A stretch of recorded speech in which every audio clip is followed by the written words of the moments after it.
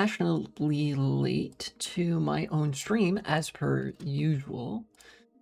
You know, I'm a streamer. It's my job to not be able to keep a schedule to sort of sell my incompetence and personability to the audience, which inevitably has an unintentional self-fulfilling effect where it actually affects my ability to schedule things in real life. Either that or I'm just overthinking it and I need to stop letting myself like get in my own head about live streaming and operating on such a schedule and that sort of thing. You just kind of do it. Anyways, it is in fact time for Mario Kart again. I think that this is probably what I would be best at. This is like maybe the best niche I could occupy in terms of live streaming. I did, by the way, as well. I tested everything off stream to make sure that all of these things were working. Here, I'm going to actually boot up Streamlabs. There we go, just to have it open because sometimes the follower and subscriber tabs don't update right away when somebody like follows. Options, okay, go back. So the game works perfectly well offline. All my stuff folder like contents are perfectly functional, which is great. Now the test will be, does that stuff work online? Can I just dive back into online like I did before? Also, I did have to, I want to make note, I did have to change the gender of my Mii for this profile back to male for one reason and one reason only. There's a really cool custom skin that you guys probably remember with people who've watched my stream that I use for the Mii outfit A, but that only works on the male Mii costume. And so I was like, I really like that costume, so I'll just have the male Mii and you know, don't worry about it. So let's see if I can connect to Retro WFC or if it will tell me that I've been a bad girl and that I can't do that anymore. I ordered, I did order some body measuring tape so I can take my measurements, well, to the best of my ability, which is going to be particularly relevant when I buy some clothes that can conform a little bit better to my skin. You know,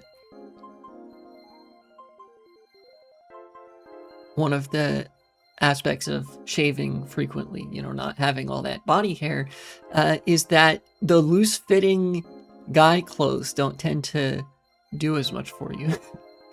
You know, you get itchy.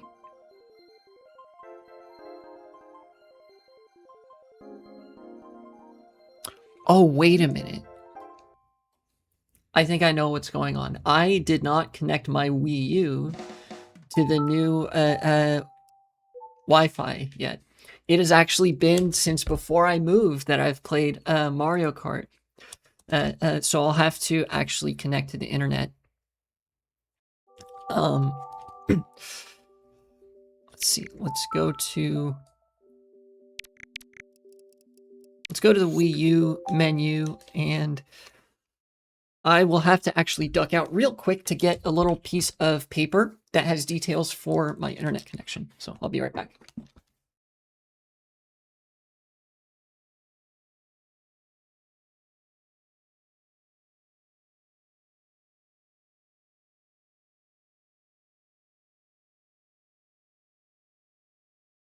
I got the thing. Not going to let the stream see. In fact, I'm going to actually, where's the game capture, like capture card? Main window. Elgato CC. I'm going to black that out while I connect to the internet.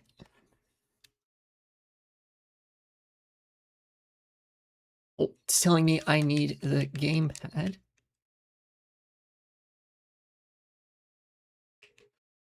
So I'll have to get the gamepad, which is in my closet.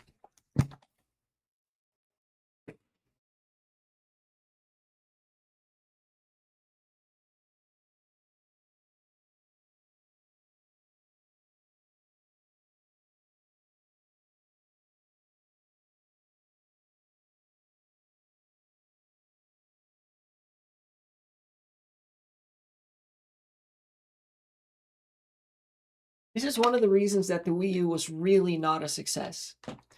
Because they needlessly split basic functionality into a separate thing that had to be battery charged and that you had to have on you. You can't effectively, there are a lot of things, a lot of ways in which you straight up cannot use a Wii U unless you have this thing. Thankfully, I've kept it around, and it functions at least when you plug it in. So I am going to use the gamepad.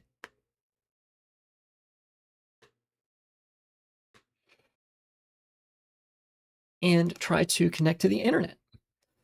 Again, it's not an accident that your screen will just have like the black TV-esque background. Connect to the internet.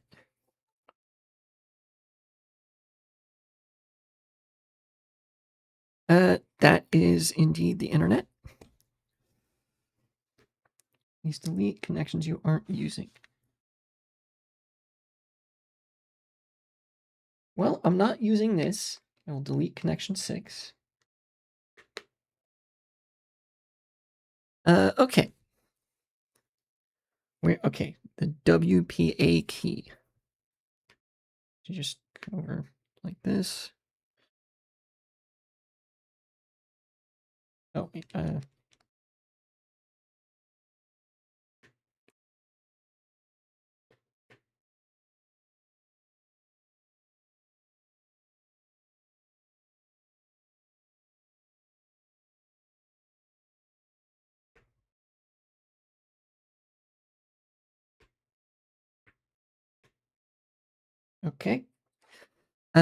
That should be it.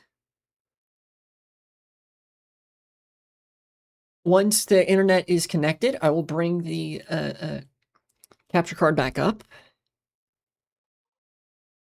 Well, actually, first I'll have to put some stuff away. Network device. All right. Network device. All right. The connection test was successful. Yes, set this as default connection. It's been saved as connection number 6. All right, great. I am now connected to the internet, and I can turn off this dumbass gamepad.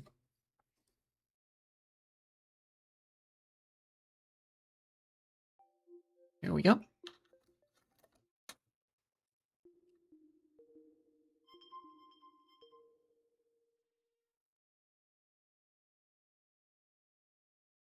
Good. Now I don't have to use this for probably a good long time. What just happened? Don't tell me, dude. Oh my god.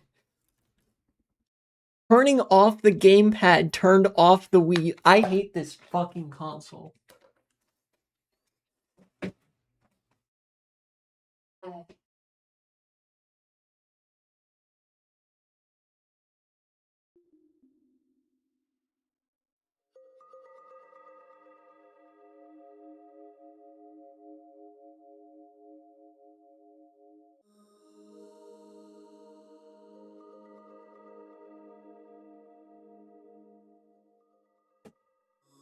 Nintendo should have just committed to that generation being purely handhelds. The Wii U fucking sucks. Hey, Kayla the Furry, welcome back. Guess who's finally on estrogen? Oh, congratulations!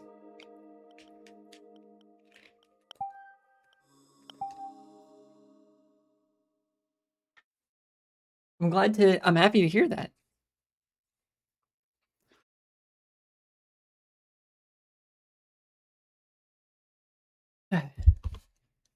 Only took 2 fucking years.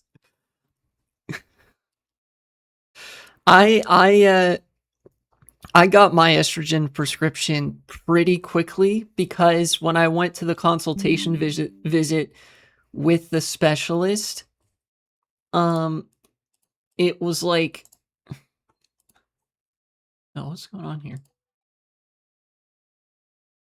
It was like I explained to them the fucking years that I didn't know what feelings I was experiencing, but I realized like very recently amounted to gender envy, and like how the fantasies of becoming a woman, of being a woman, like gradually grew more and more to the point where I would just experience it unprompted.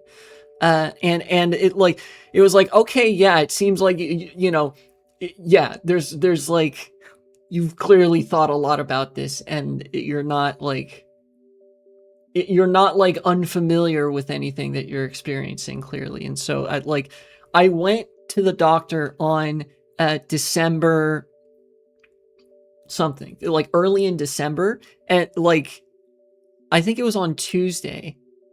Got stranded in a rural area for a while because I didn't have consistent transportation. And then literally 2 or 3 days later, I picked up my prescription and started estradiol. I'm telling you, there's like an uncharacteristic presence of like doctors who actually know what they're doing.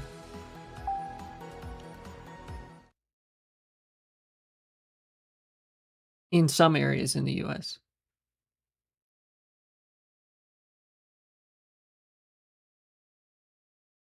My stuff's just been really long waiting times. Yeah, that makes sense, I guess. Look, at least it's not the kind of horror stories where I've heard a lot of people experiencing how like they'll go to a doctor and explain what they're feeling and whatever, and because of a number of things, the doctor just keeps giving them the runaround and basically denying that they're trans or whatever, which is medical malpractice. You're not supposed to do that, but when the fuck do doctors do what they're supposed to do, right? And it like, that's the reason that it takes very long for a lot of people. I'm on spironolactone and Evopad. I'm also on spironolactone, but I think I have a different brand. It's a little patch. Yeah, so look, at least it was a wait time and not doctors constantly telling you you're not trans and you having to reassert to them like, no, you don't understand. Like, yeah. Hey, there we go. Oh, what? Why am I? Why is there a rank and score and shit? Oh, but yeah, I'm on the same thing. I probably just have a different brand of estrogen patch.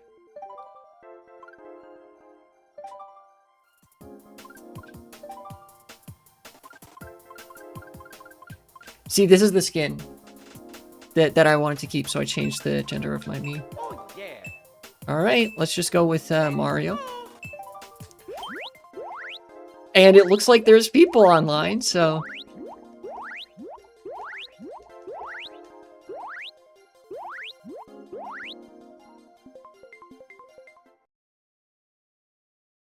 $100 milligrams, change every 3 days? 100 milligrams, Jesus. Mine is 0.025 milligrams per day or something, and changed every 3 days. They explained to me how it works is like you're supposed to have certain blood hormone levels, and so this is like treatment that's going to be administered over a couple of years.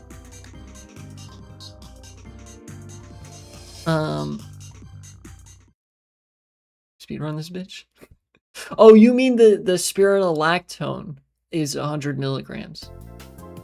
Or did you mean the patch? Because if it's the patch, what I've heard is that if you get too much estrogen, you're just gonna pee a lot of it out. So like, if you have a patch or you take a pill or you even, you inject it, however you get your estrogen, if your body is like, that's too much estrogen, if it's more than like 8 milligrams per day or something like that, it's a really small number. It'll just like eject it, like you'll just pee it out.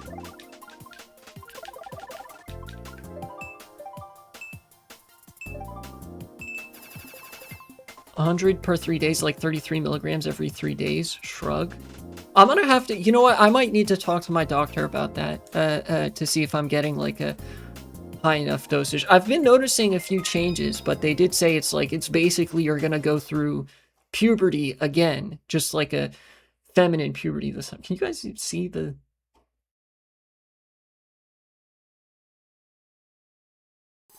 turning? Yes, you can. Okay, good.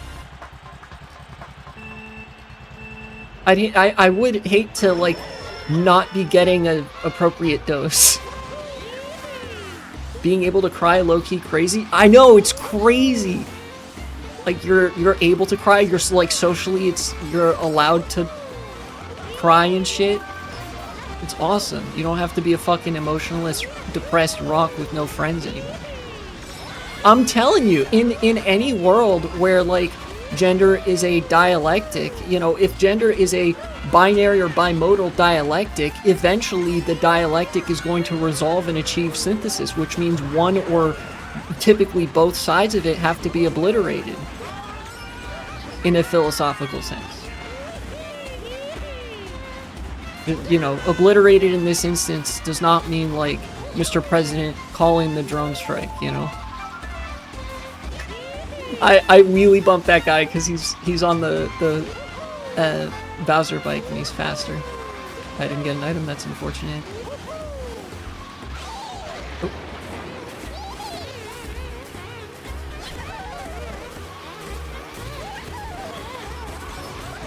Obliterating my sperm fertility, low-key. True. You know what's crazy is that one of the side effects, when you're taking a new medication, it's standard practice for, like, the doctor gives you a sheet of, like, here's what you can expect, both in terms of effects and also, like, side effects and stuff. Just, like, these things will typically start happening once you are taking this medication, and that sort of thing. One of the side effects was, like, oh yeah, fertility issues and, like, decreased libido, but I've actually been, like, as horny as I've ever been.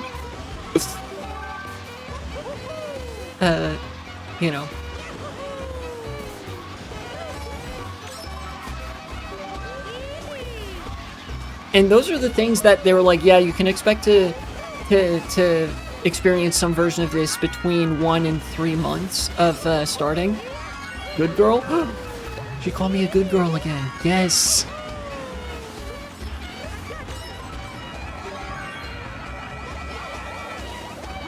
Dang. Well.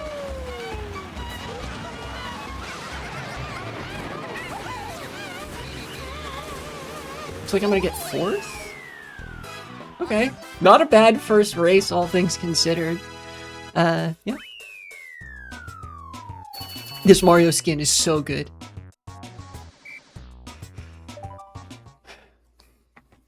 That was the most goofy 5 seconds yet.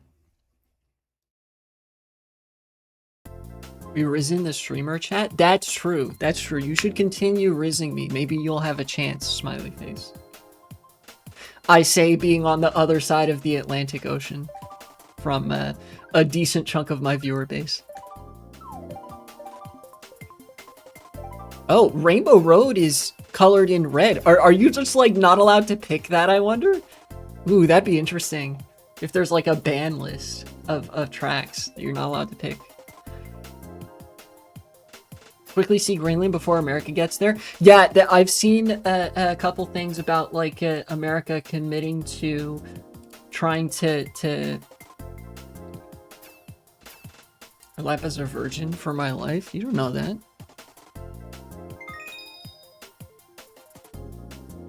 I've been seeing that America has kind of doubled, has been consistent on its desire to strong arm Denmark into handing over Greenland, but again, like the response thus far has just been, no, it's not for sale.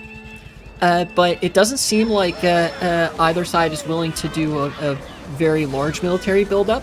If the United States uses military force, I can say that what it will look like is special forces, because the Pentagon, as obsequious as it has been at times to the interests of the Trump administration, they're actually not like they're not fully captured yet. The generals like wouldn't be particularly enthused about using the military-industrial complex to invade Greenland. They're a little bit too classically educated to care for that, you know? Yeah, the Pentagon's just like, are you fucking kidding, dude? You know, we used to have class in this country. We used to conduct our geopolitical affairs and influence peddling the proper way, the old-fashioned way. Daisy, I have no intention of, well, okay, I was gonna say I have no intention of passing you because you have a red shell, but then that bullet kind of made the decision for me, so that's all well and good, I guess.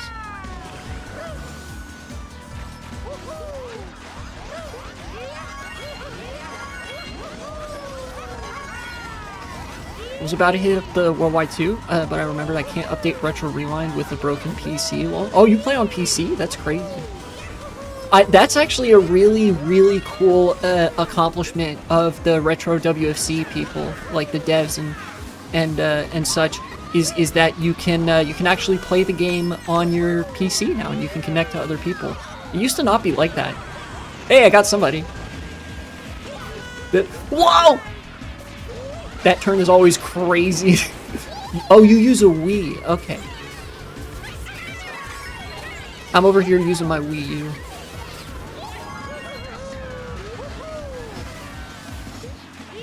Can't use the auto updater that stopped working after missing one update. Yeah, I had missed a lot of updates, so I can't use the auto updater either. I think what you have to do is go to the Retro Rewind website and just download the latest version. It's not that difficult to install, it's just like a little bit annoying. Oh, my browser window just reloaded for no reason, and yay, second place.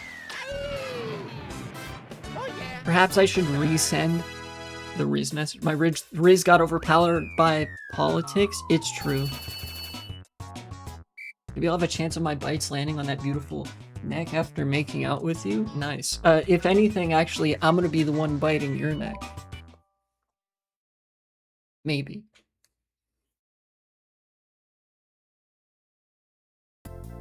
Though I would get to berate, if you were the one biting my neck, I would get to berate you and call you a bad doggy. Or something.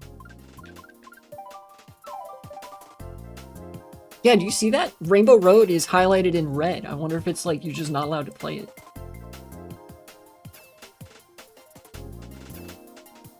You can't manually do it because your PC is broken.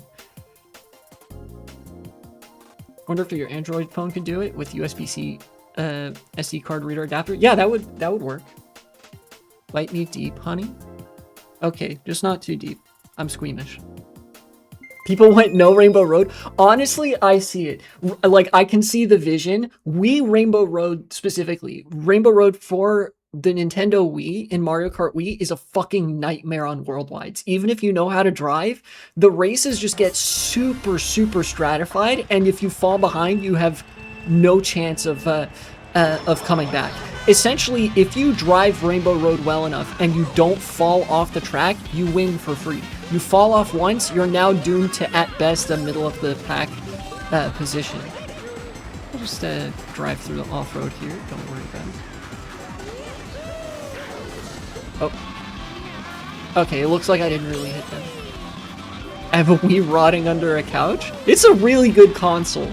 Like, honestly, part of what makes me say that, like, maybe Nintendo should have just skipped a console generation, I'm gonna check this forward, is because of how strong the Nintendo Wii was. Like, I don't think there was really a need for a new console from Nintendo, you know? And like, their mobile console really hit. The 3DS was a really good console. Had some good games. Really popular too. Yeah, it just seems like the Wii U was like it was kind of like, well, we have to make something. But, like, really, they didn't? And I guess better that they make something that's not all that good than like just pump up their own stocks and revert to like speculation and shit. You know, I'd rather the Wii U exist because like Nintendo is subject to the sort of economic culture in Japan where it's like really, really taboo to engage in speculative investment and like pump up your own stocks and whatever else. One mushroom. Third plates? Okay. Switch is trying to mix the Wii and the 3DS. Yeah, I think the Switch tried and succeeded in doing what the Wii U was like an initial attempt at. You blend the Wii and the 3DS, and now you have the Switch. Like it's good. And then the Switch 2, I actually just don't know if the Switch 2 does have a reason to exist beyond just farming quarterly and yearly profits for Nintendo because they need to produce something real, which is more than I can say for most companies. It's like too big. That's true. They actually made the Switch Lite for that exact reason, like a much smaller version of the Switch. The Nintendo Switch 1 notoriously struggled with a lot of really popular titles because it was running off of a very not that powerful like APU with not that much memory. It came out in 2017. So the Switch 2, more than anything, I feel like, is supposed to be a hardware update refresh, which serves essentially the same function as the Switch, but is capable of handling popular titles that might put a little bit more strain on console hardware, which is a valid reason to produce a console like that. And to their credit, they made it very easy to just migrate all your data from your Switch 1 to your Switch 2.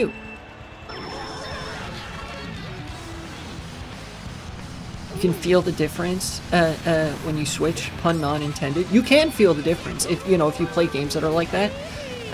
It's been a while since I booted up the Pokemon Legends Arceus, but I did actually get a decent amount of lag on Legends Arceus playing on the Switch 1. I'm sure that it would feel a lot better on the Switch 2.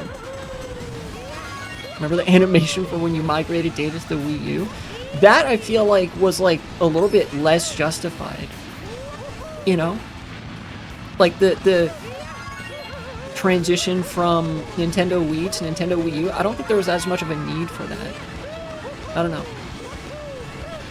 Maybe there was. The gap between 2007 hardware and 2012, 11 or 12 hardware was actually quite big.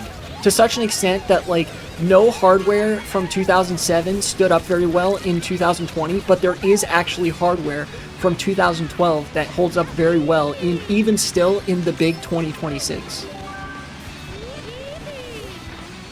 I remember my first gaming PC had a GTX 750 and an i7 4790S and 12 gigabytes of RAM.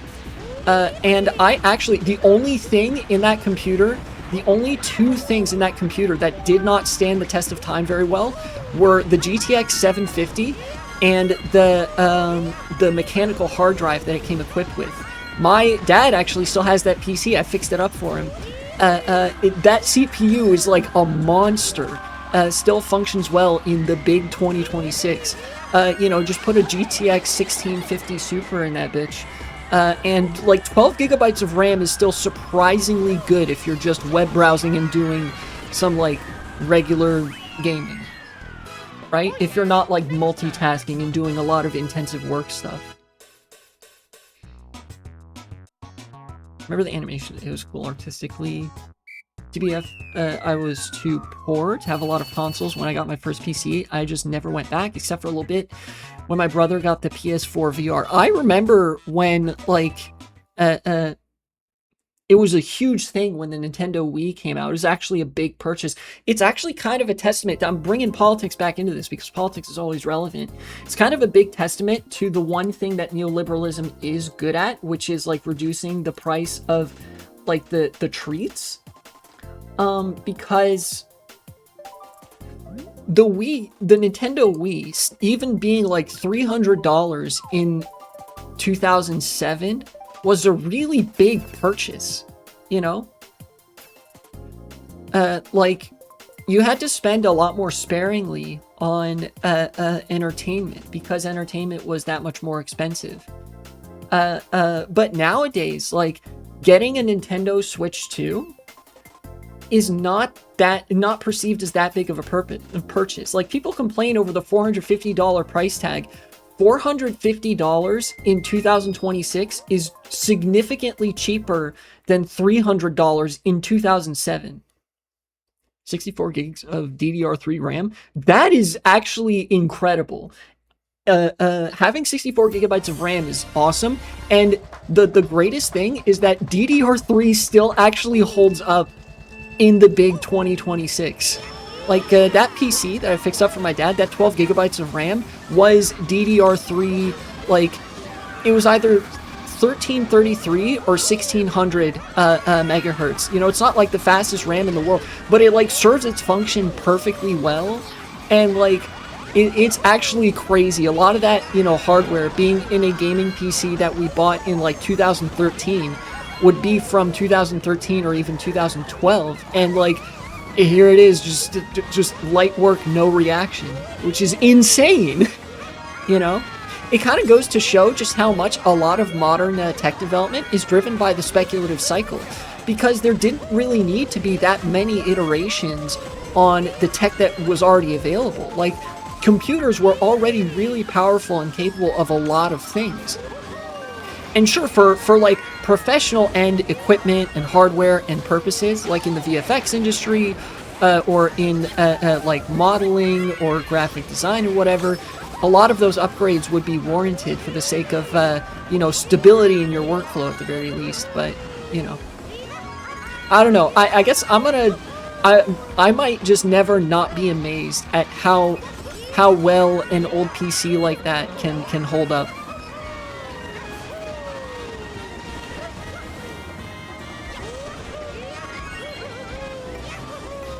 Problem is my processor, an Intel Xeon E5 2680 V4. Is that a 4-core? 4-core, not hyper-threaded? Not like like 4 cores, 4 threads?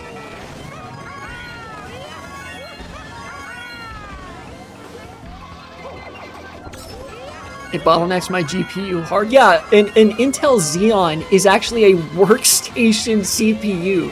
Those things are fucking behemoths. You know?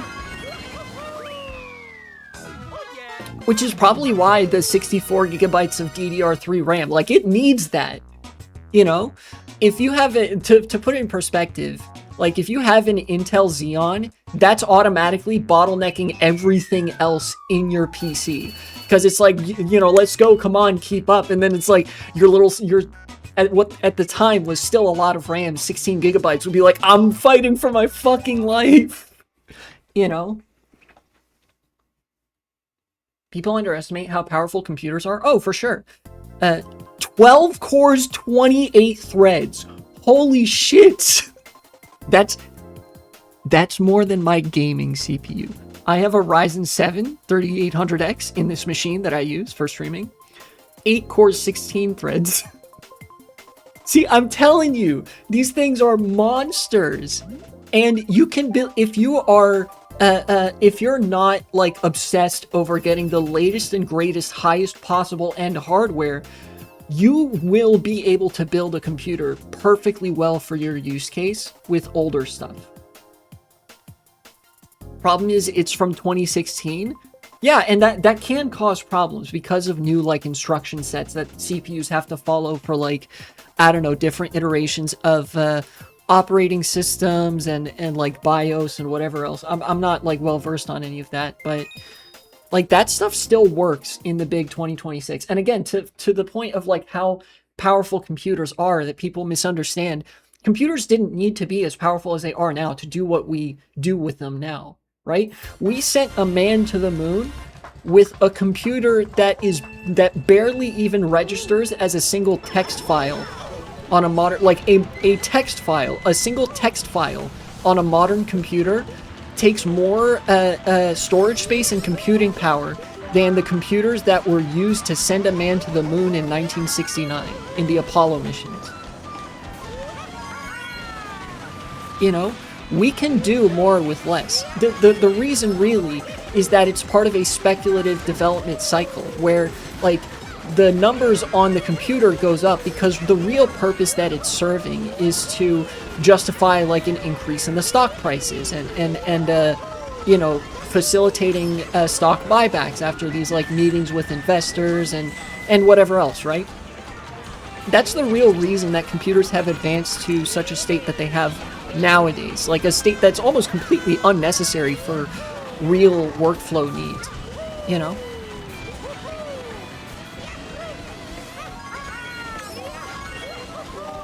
Runs at 3.7 gigahertz. That is actually incredible for a CPU in 2016.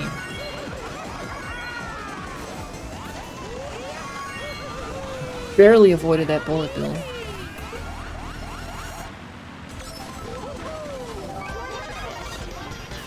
Yeah, it's a server CPU. That's usually where the bottleneck comes from, because the difference between a server and gaming CPU is like the tasks it's optimized for.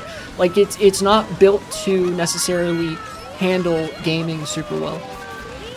You know, it like maintaining a server and like rendering workstation and server PCs have like a fundamentally different purpose than a PC that's just meant for gaming and maybe streaming, right? So like the even if you are using like very powerful hardware, it's possible it doesn't translate very well from one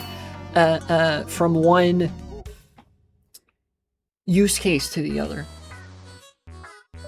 Everyone knows a PC has to be specifically built for a lot of games. Yeah, like if this bitch was built for gaming, it would be a fucking beast. Yeah, no joke. Like, gaming is light work compared to what other use cases there are for computers, right? The only thing that requires a lighter strain than gaming would be web browsing and that sort of thing, right? Like that's the only thing less demanding on a computer than gaming, insofar as all of the use cases. For a lot of professional work, even if you're just working with Excel mostly, there are certain things that a gaming PC wouldn't be able to do all that well, especially if, like, particularly I'm thinking of if you're working very heavily with math equations, you know, where you use like the function tool a lot. Remember, Doom only weighs 2.5 megabytes? Yeah, fucking Doom can run on a TI-83. Doom can run on fucking anything.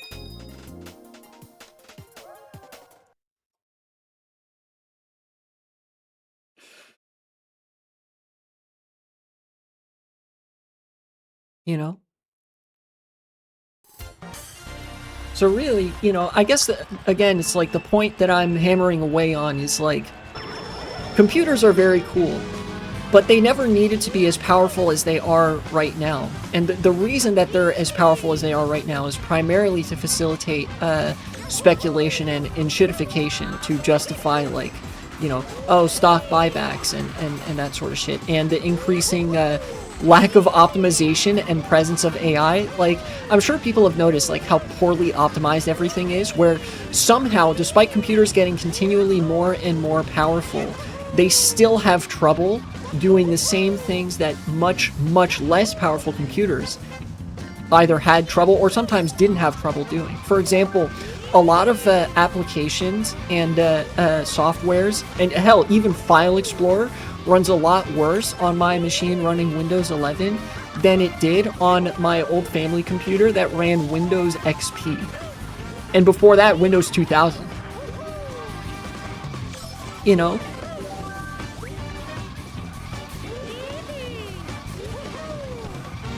Yeah. Yeah, there's just no, like, concern really put into optimization for stuff like games. And it's like, you know, with software and stuff that isn't games, but computers still have, like, an unreasonably difficult time running. a lot of that, again, owes to this sort of speculative investment cycle where, by virtue of more and more economic effort being put into that speculation, less and less of it is put into optimization and development of things that serve real functions, right? Like, think of just how willing Microsoft was to destroy decades of brand recognition for like Microsoft Office or whatever, to just turn it into Copilot and turn it into a subscription that you have to pay for every month, rather than a software product, like a tool that is used to look at documents that you can just buy once and be done with. Or hell, you could even like, you don't need the Microsoft suite of tools in order to do that. You could use WordPad for completely free to look at and edit Word documents. I did that for a long time. As soon as you activate it, you got stomped. Yeah. I also got wheelie locked at a very unfortunate time.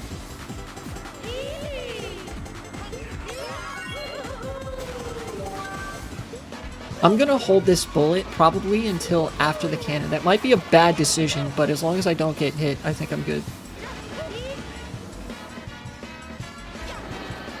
People are really good with computers, know this, and make their personal adjustments. Yeah, and that's, again, another part of the problem, is in order to make computers as usable as they used to be, not but 20 years ago, you have to be literate enough in navigating a computer, navigating an operating system, various software products, that you can go in and change things manually yourself, right?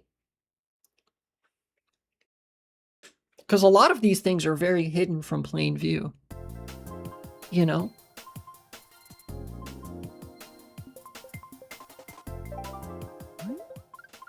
Anyways, as always, this comes back to capitalism being bad, because the capital part of capitalism is central to its core incentive structures, that being capital, the amassment of capital, and you know, the infinite money glitch makes it so that real goods and services, real benefits to society can never be as optimally profitable as like fake shit.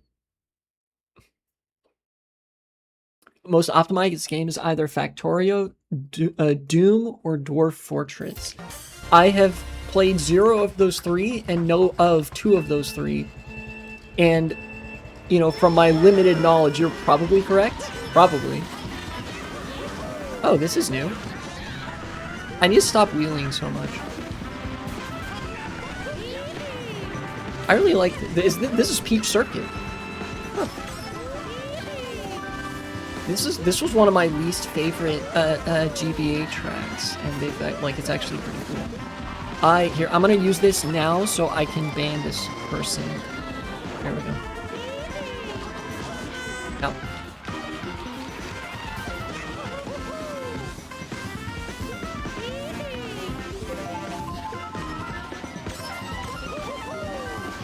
Okay. Been driving pretty bad thus far, I think. Oh, that's a ramp. I'm just gonna use these here. Okay, star. I'll use that. This seems like a very catch-up oriented kind of track. Look at that. Thank you. I have to use this. Excuse me. You go on ahead. I'm taking the outside line. Yep. How do I have a B rank? I just realized a lot of these people have equal or higher VR than me and are much lower ranked than me. I don't know how that works. Maybe ZPL's looking out for me. You know, he's got my back. He's like, you know what? Because I know you and you're a homie, you get B rank.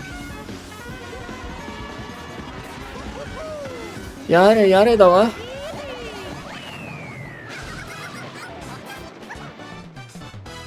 Keep hearing a character that sounds like the Stan barraging from JoJo. Oh yeah, Funky Kong, when he says or whatever, he kind of sounds like the fucking see, look at that B rank. He kind of sounds like Star Platinum going ora ora ora ora.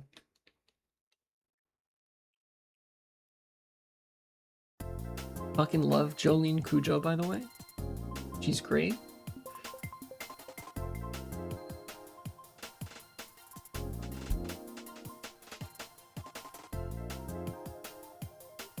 Okay. I can't say that. I'll get banned from Twitch, but I do love that bit from JoJo's Part 2.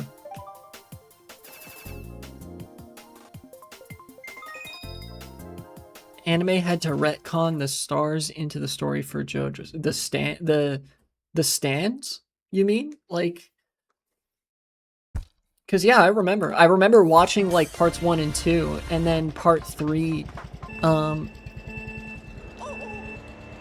Oh, the stars. Oh yeah, like the Joestar, like he has a star on his back or whatever.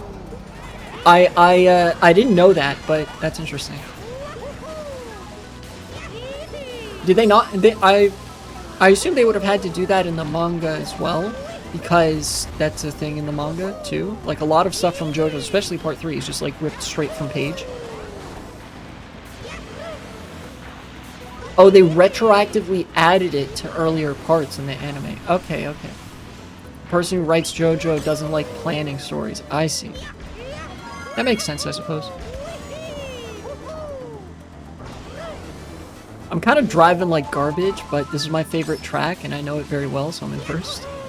Never mind, I'm sick.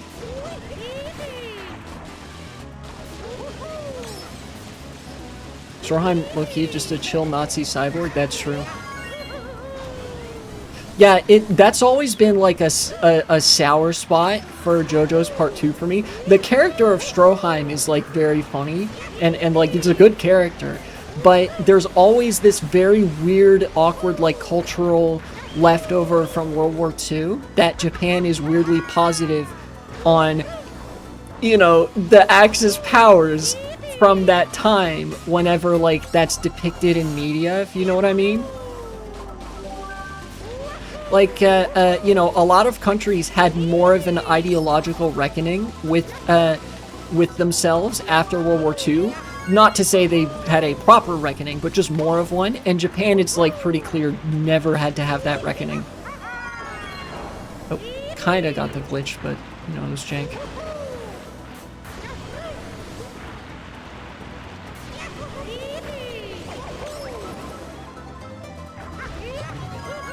Japan is arguably still culturally fascist. I would argue that there are many elements of that, yes. But they are not, like, I think that in many ways Japan is much more culturally fascist than America, particularly because of a lot of the old ancestor worship, conservative traditions, and veneration of paternal authority. That is, like, part of Japanese culture where you can kind of see that it isn't in a lot of other countries, particularly the United States, because that's my frame of comparison. But there's also a lot of ways in which it isn't fascist, like it is very much less fascist. For example, the emphasis on urbanism and vibrant local community organizing and gathering, and like giving a shit about your neighbors and stuff. There are certain elements of Japanese culture that I think are actually like too pro-social to be considered fascist. I'll just pick this. But yeah, they've got a lot of that for sure.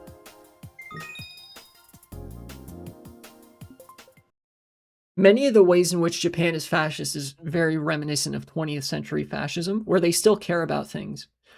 And it's because, I guess partly because they've never really had that full reckoning.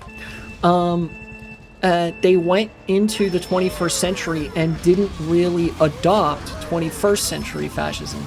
Like a lot of their right-wing stuff, you know, a lot of the aspects of Japan that are very conservative and backwards are very reminiscent of the 20th century, as opposed to the modern, like, little dark age edit fascism of the 21st century. Where like, you know how I said in another video that the modern fascist just wants to, like, post about civil war on Twitter, jerk it to cuck porn, and order DoorDash. I think that's a fundamentally different kind of fascism than what Japan leads into. Yeah, it's like old empire fascist, but there's an underlying acknowledgement that they, like, they can't do that anymore geopolitically. Like, it's not viable for them to actually engage in imperial expansionism because that's just not how stuff works. But they still hang on to that very imperial identitarian brand of like 20th century fascism or something like that.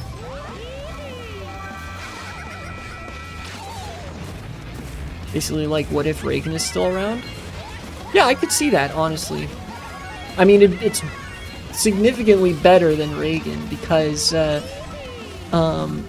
know, Reagan would take one look at Japan and say that's socialism and tear it limb from limb until the whole country's a smoldering dumpster fire like what happened in New York in the 80s.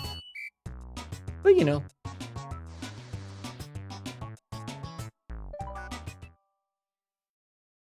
Here I am fucking destroying all these kids while talking about how fascist is Japan and in what ways are they fascist. And y'all need to step it up. Y'all are trash, honestly. Getting dog walked by me? I front ran that whole race talking about politics. Keep up, slowpokes.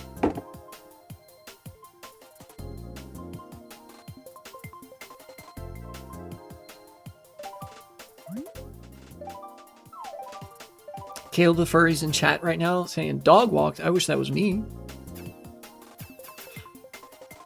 I do find it funny each JoJo character gets more ethically abhorrent after each part until part 5. That's big facts. I love that, by the way. They just like escalate how questionable each character is until in part 5 they're gangsters and in part 6 they're like all criminals.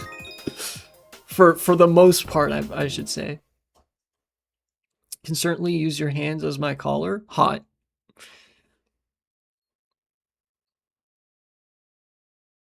Part 3 onwards, the main characters like torture and laugh about it. Yeah, I'm reminded of the one scene in JoJo's Part 5 with the part where they fishhook that guy's eye and then they dance. That became a meme very, very quickly. 2 streets.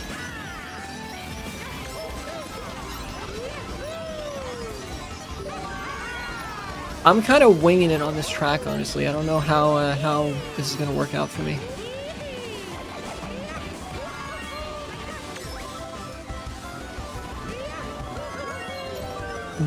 Raw next question.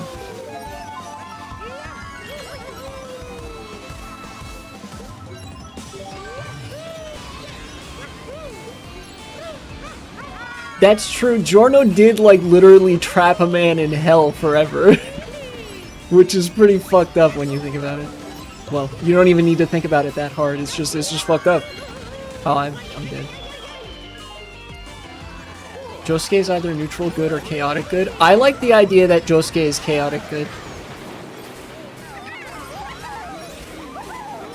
I think it fits. Him and Okuyasu. Fucking love those guys. Okuyasu might be one of my favorite, like, it's probably my favorite Jogoro.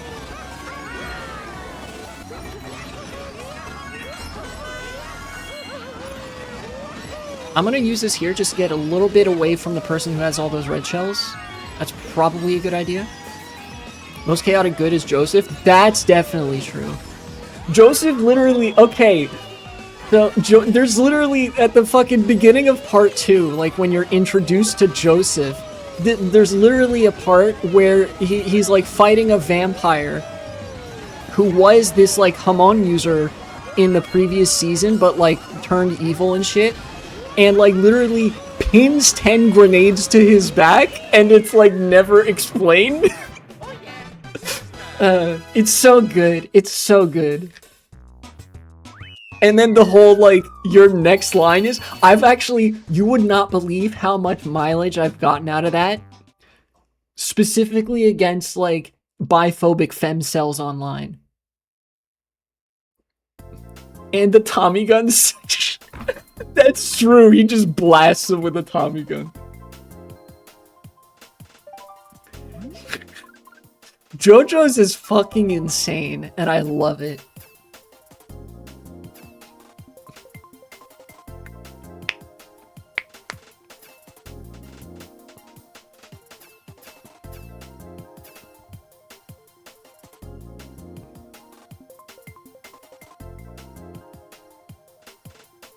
in part 2, there was no torture warrior respect. He did get psychotic in part 3. Jojo in part 3 is a very different kind of funny. Oh, him peeping at Lisa and saying nice before he knew that she was his mom. Again, we need to stop making Freud more powerful. He's too powerful already. We have to stop feeding him from beyond the grave. He already has been getting away with it to criminal extents. You know, there are a lot of Street Fighter characters that are based off of JoJo's characters. Rose in JoJo's is based off of Lisa, or Rose in Street Fighter is based off of Lisa from JoJo's, and Juri Han is based very heavily off of Jolin Kujo, and you can really see it, and that makes me love her even more, because exactly the thing that I needed to make my horny bisexual / lesbian fighting game character even more of that is the image of actually she's also a prison lesbian.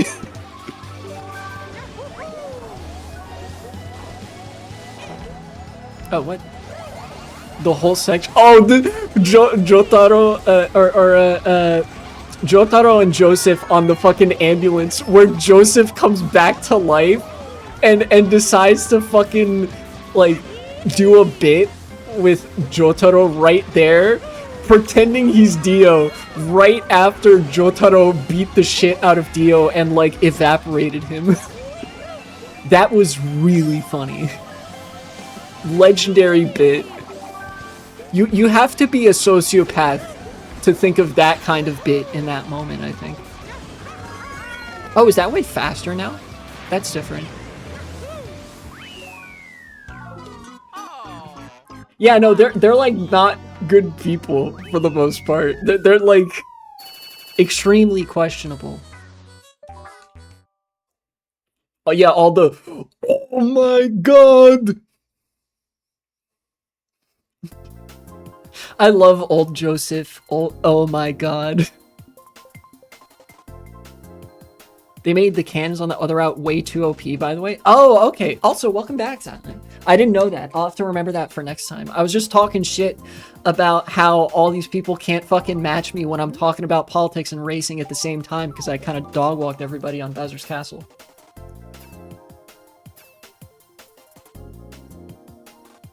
You would not want to be friends with Jotaro in real life, even if you had no powers? That's true. He's fun to watch, but he's a massive dickhead.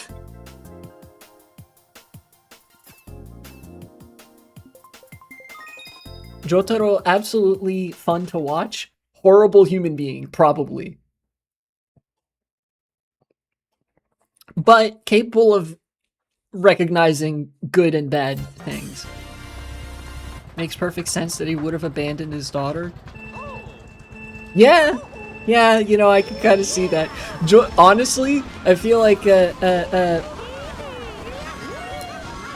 whoa, okay. I did practice some of these tracks, like, at least a little bit.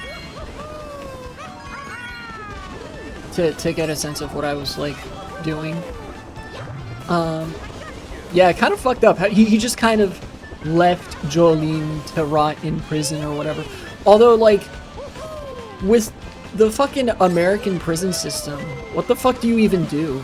Like, what can you do? Jotaro, it's not like he's, oh, he is stupidly rich. Oh, okay, never mind. I was gonna say, isn't he like a marine biologist? Bro is not making that much money on his, like, scientist salary. But no, okay. Yeah, okay, I think that's a no-go, that route there. I'm just gonna throw this forward, you can pass. Sometimes it's a good idea to throw that red shell when there's somebody behind you, because, like, you have to recognize that if you hold on to it, Burst is just gonna get further and further up there. Is that a shortcut? That's crazy. Oh, he inherited the money, okay. Also, oh yeah, and the Speedwagon Foundation exists, that's true.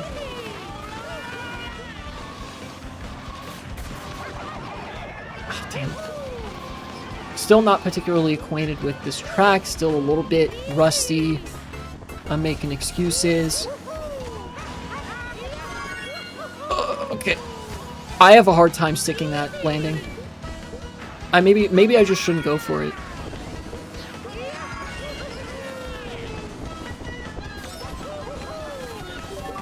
You can pass. Yeah. I am, however, gonna throw this red shell at you. Oh, where's he going?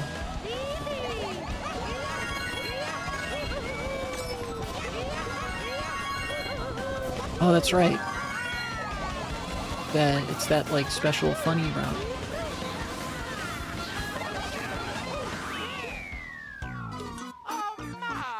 Literally in part 1, it shows them... Well, yeah, in part 1, the Joestar family is, like, traditionally wealthy and has a large estate. Daughter goes to jail. Her daughter had this thing that will maybe kill you or maybe give you superpowers. Oh, yeah, the stand arrow.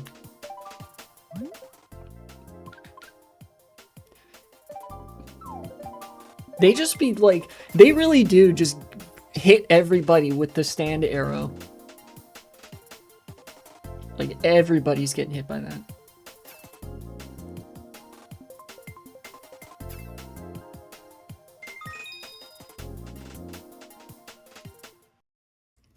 She died as soon as she got poked by it. It's not out of the realm of possibility, right?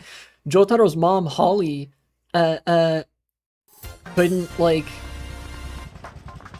couldn't handle the stand, so, like, she was very sick. Yeah, it is not safe. That shit is not safe to use, like, at all. Koichi or Abdul would probably be lawful good. I think I agree with that. Abdul's just a homie through and through.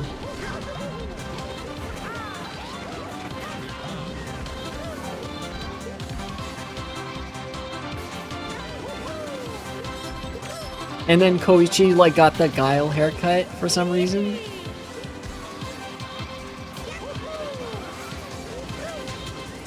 I'm gonna start using this here.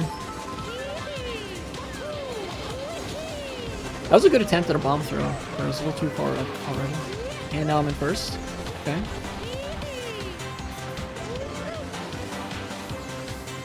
That guy's a banana. Rohan's either neutral good or lawful good, depends on how he feels. I feel like, yeah, neutral good probably describes Rohan pretty well.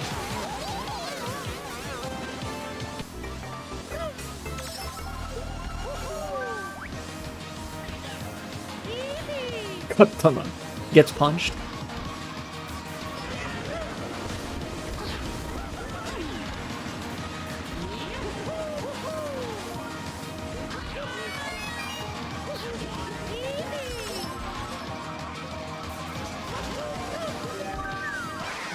Okay, there goes my shells.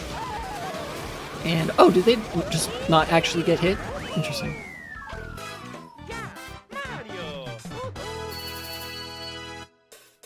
You make fun of that one because they're like rat can control stand, so why can't you? It like that rat just had the sauce, and a lot of people don't. It's like they're like, yeah, some people have the sauce to have a stand ability and other people don't, you know, so it's like a crapshoot. And by that same token, some animals have the sauce to handle a stand ability and other animals don't. Remember, there was the fucking orangutan who had a fucking his stand was a whole ass tanker. Alien true neutral. That is definitely true. They fucking he's like sneezing. He's like, oh, sorry. And then they're like, oh, here, this'll help. And they give him a box of tissues, and he fucking eats the box of tissues. With the fucking classic JoJo's stare.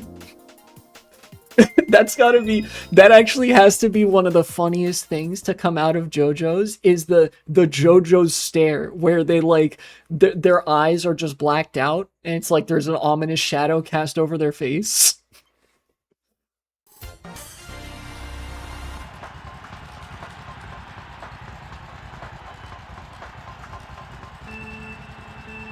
If the alien was secretly an X-Men, then they'd probably get sued by Disney or something. I don't know.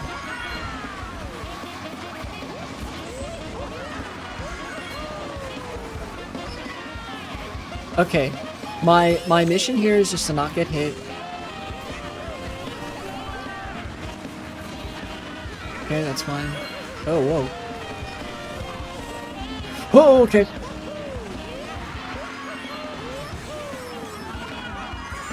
That was rough. Oingo Boingo is peak of chaotic evil. Did you see on my tier list video? I I made the Strasser brothers Oingo and Boingo. I thought that was a really good bit, and of course, predictably, because it was fucking some of the most inspired comedy you've ever seen, nobody watched it. Like, there's so many videos that I make that are just absolute peak in terms of the thumbnail I craft or like the content of the videos, and then just nobody watches. I fucking hate YouTube so much.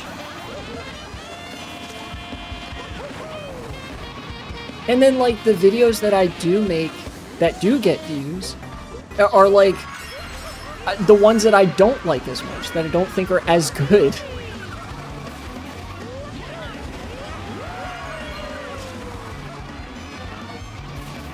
Okay, we're kind of jockeying hard right now.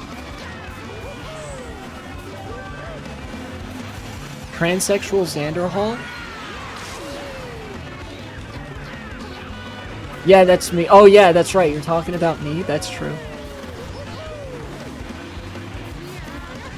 That really do be the fucking YouTube experience for Xanderhall, huh? I've stopped watching him since like a while ago, but to my knowledge, he's still out there doing his shit. Or maybe not. I don't know what he's up to now. Give me this box. Thank you. Kind of making shit up right now. Okay.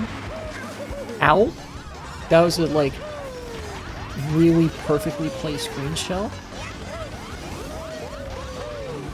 Get me away from that Mega. Second? Cool. He's still hard on the YouTube grind? Good for him. That shit is not easy.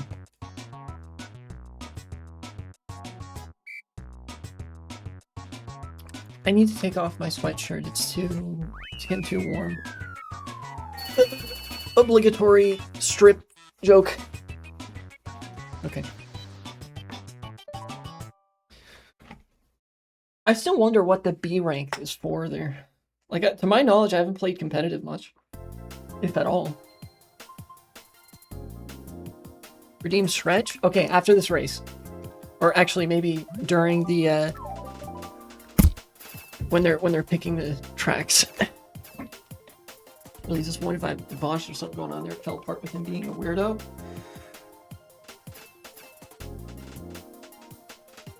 What do you mean? Look, I don't want to turn this into, like, drama and shit. Or nothing. The two big, like, lefty creators that I follow are Vosh and Hassan, just because they're the biggest and probably have the most consistent, like, frameworks of analysis to measure against.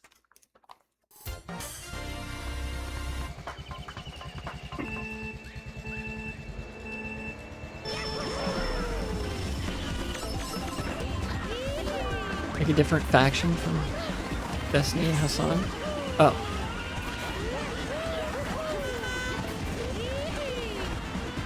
Faction? Oh, the tax folder stuff. Okay. I'm sympathetic to that on a certain level because, like, there's really good hentai out there, but also every time you go to a hentai website, it's a fucking minefield. Like, it's perfect. It's, like, easy enough for me to believe that, oh, that was by accident. You know?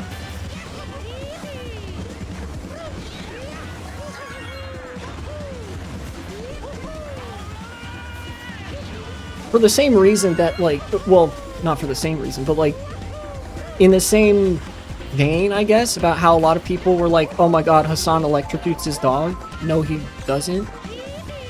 You know?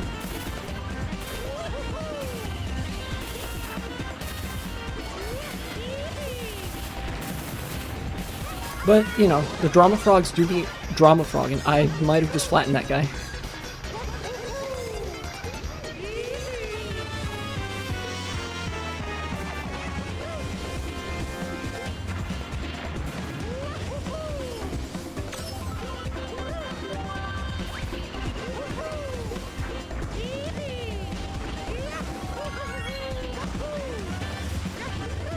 All the porn I downloaded is personally vetted by my personal right-click save as. That's true. Honestly, the weirdest thing to me is that like people download porn like that. Like I've never downloaded it. I always just like open a private browsing window. I'm like, why would you download? Yeah, like I don't know. I guess if the internet goes out.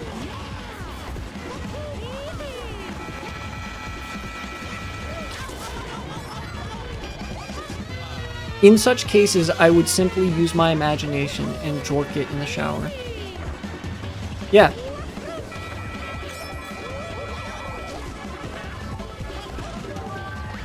Okay, this could be bad, but I think, like, the copium here is that I might get a better item being in 5th, so might not be too bad. Give me this. Yep. That's kind of what I was hoping for. Now imagine the concept of the bottom before I knew the concept of gay existed. True.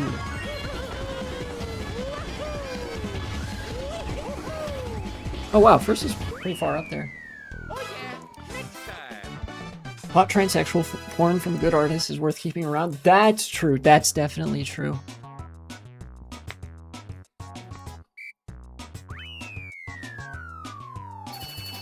I guess that's just a matter of taste then.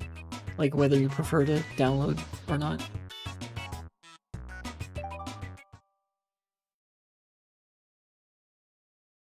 So true. I follow a number of furry artists on Twitter as well. It's always the fucking best art comes from the horny bisexual, the horny bisexuals, the transes and the furries. Many cases of there being overlap between those. Eating out a horse's ass is not good. Yeah, no, it's not.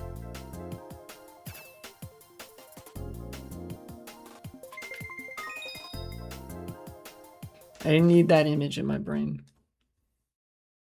But now it's there, so day ruined. Fuck you. Why would you do this to me?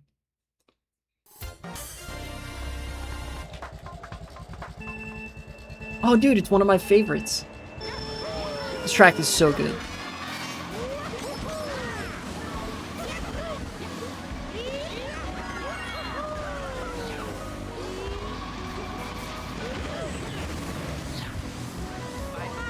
Yeah, that's true. If you're gonna eat somebody out, make sure they've washed their ass first.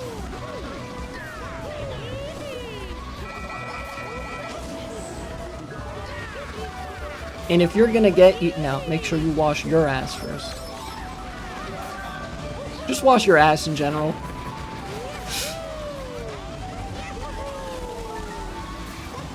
This is in fact life advice and financial advice. Hassan's just a Russian plant. No, he's not.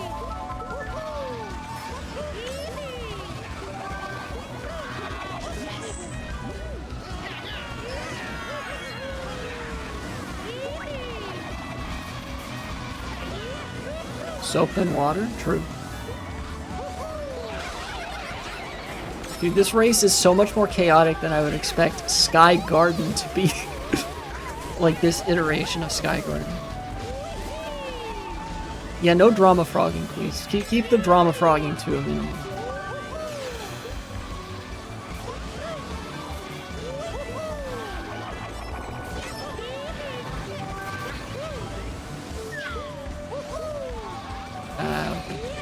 Threw that bomb a little too hard.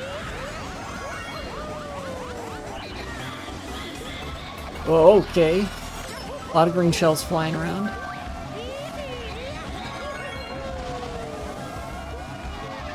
Oh, that's smart by Boo, I think. Oh, or... Just let me pass or something? I don't know. Oh, is that? I keep forgetting that that's a thing that you can do. You can, like, skip that turn if you just hop and take that ramp. I don't know how I forgot that about this track. That was a thing you could do in the DS version as well, but nonetheless. Am I gonna get first? Damn, okay.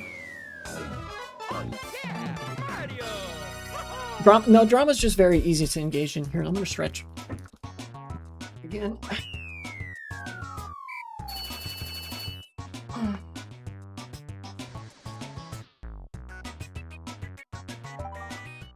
Usually I'd want to do, like, the full leg, standing up leg stretch, but I don't think there's enough time between races to do that, so I have to settle for 2 small ones.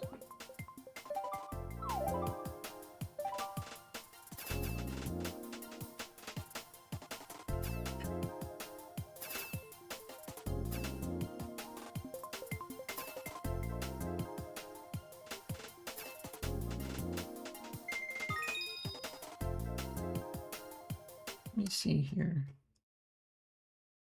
I think there were a couple things that I really wanted to touch upon.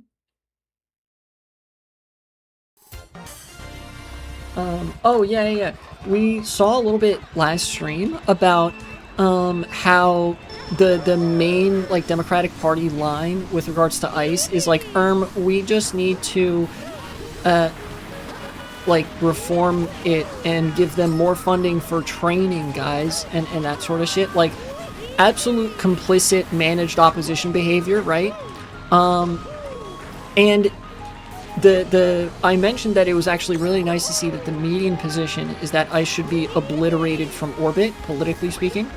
But now, like, it's so overwhelming of a political stance that ICE should be abolished and that, like, all the fucking ICE agents should be put on trial, that, like, even the Democratic Party is being forced to kind of make some overtures toward that to try to placate their base. Like, the Democrats were like, you know, funding for training, haha. But then because of political backlash, they actually changed their line in advance of the government shutdown, which is coming very soon. You know, like the debate over the funding bill and such. They changed their line to no new ICE funding, which of course is still a massive cop-out and the coward's line. But it is nonetheless a sort of concession to the left from what their position was previously. And I'm not saying we should take that as a W and go home. What I'm saying is we should take notes from that we should bully them harder, because bullying fucking works. You know?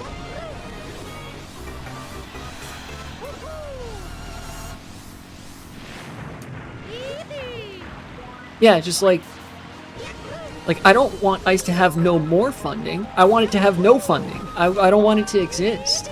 You know, ICE is more recent than my own existence. Like, I was born in 2000. ICE was created in 2003.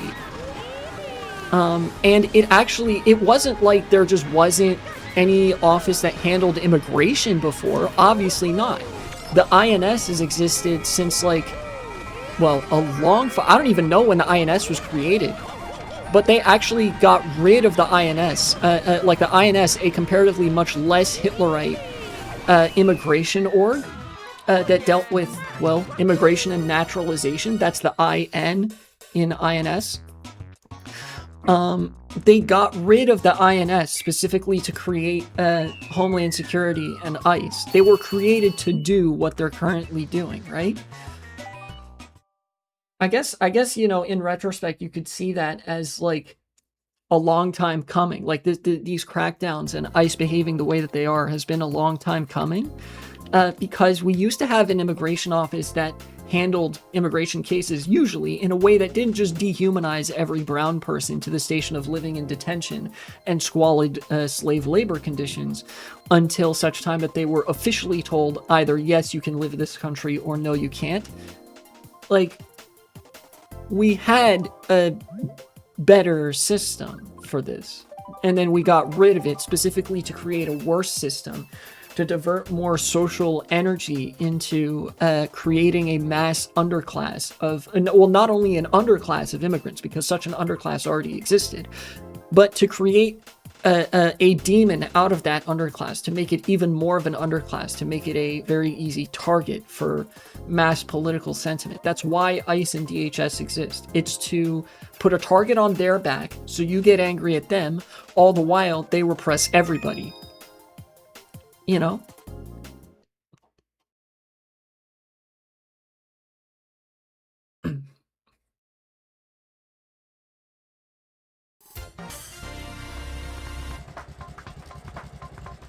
It is the DHS and ICE, by virtue of their own existence, are fascist. There's no version of ICE and DHS that are not fascist, because the way that they are defined is in the context of what they replaced, which is a non-fascist version of handling immigration. You know, honestly, a much more bureaucratic and liberal manner of like handling immigration, where it's like, we're going to follow the rules, we treat everybody with dignity, you know, and everybody has the right to their day in court, and until then, you know, you just live however, right?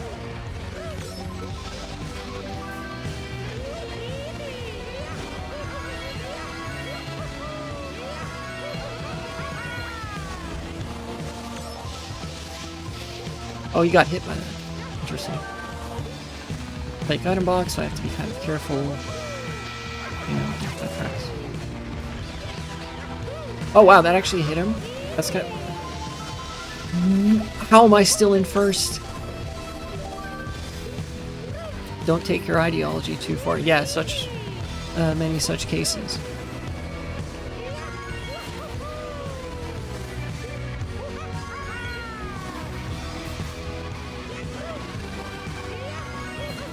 Those fire bars coming down from the ceiling are deceptively difficult to avoid. Somebody's gonna get hit by that. Unless it breaks on something. It looks like it did. Yeah, that boo's only got 2 green shells now.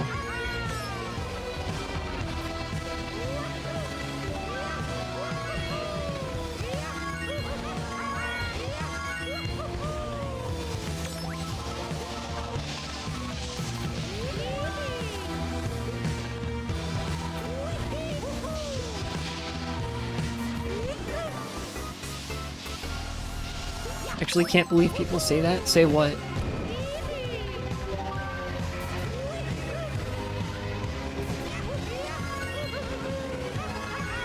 Okay, that's probably faster to trick off of both of those like that. Most likely. That was kind of risky, but I don't know if there was really a better way to do it.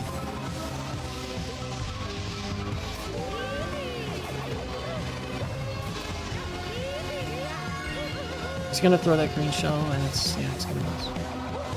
Oh, don't take ideas too far.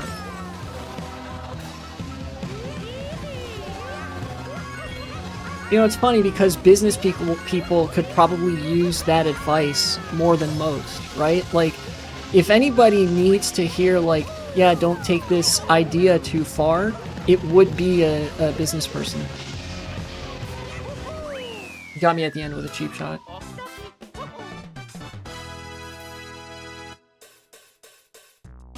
Like, oh, I have this innovative new idea for how we can cut the labor force and save money on wages and use more of that money to pump up our own stock value. Like, nobody ever, for some reason, the whole don't take it too far is only reserved for when people want to do good things, and not when, you know, shareholders and business heads decide to unilaterally do bad things that serve no purpose, right?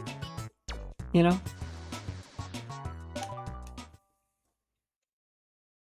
Oh, I wonder if this is like the ranking system in Third Strike. That'd be interesting. Anyways, so far I was thinking about like potentially playing multiple characters, but today it really looks like it's a Mario Mach Bike sort of stream, so I'm sticking with it.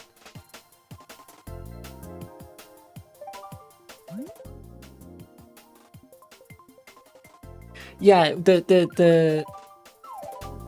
yeah. That can be frustrating. However, it's not only allowed, not only morally good, but I believe morally necessary to be mean to somebody if they have like, if they are a Trump supporter, if they are a Trump voter, like, you know what I mean?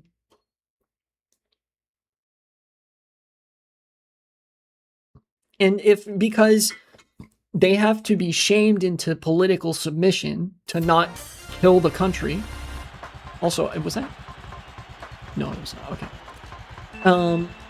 And for the people who would chide you for being mean to people whose entire politics is, I want to kill this country, by like destroying, well, everything and enshittifying everything, right? Then like, I feel like those people deserve, you know, being mean to, because it's like you value civility more than the fucking fate of this entire country, right? Like, politics is too important to not be mean over.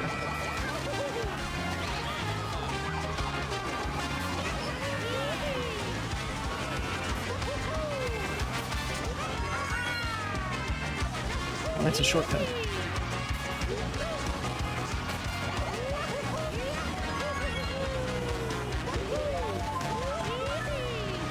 I'm not gonna get an item here probably, so I'm trying to get these boost panels.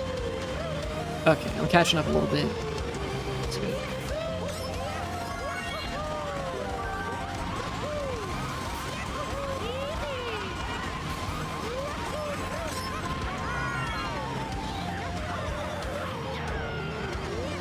Unfortunate.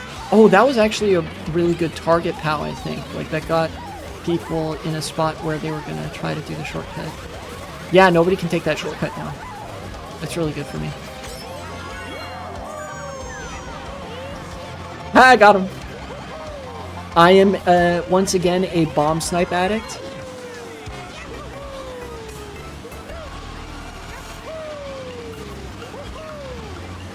I think it's a little bit faster to go inside there and not take that boost panel. Only a little bit, though. Oh, I have a mushroom? I'm gonna hold on to this.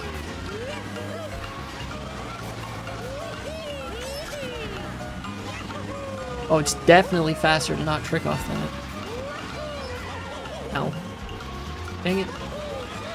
Falling behind. I'm still gonna save this mushroom. Whoa, okay. That was really, really sloppy, but it kind of worked. Messiest ending of all time. Killer Queen has already touched that part of the road. That's so true. Killer Queen has already touched that road tile. And you fucking died?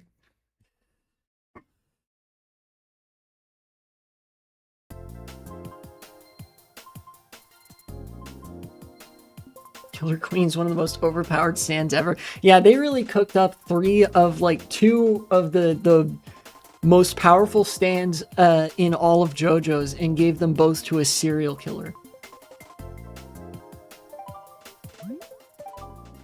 That's like insane.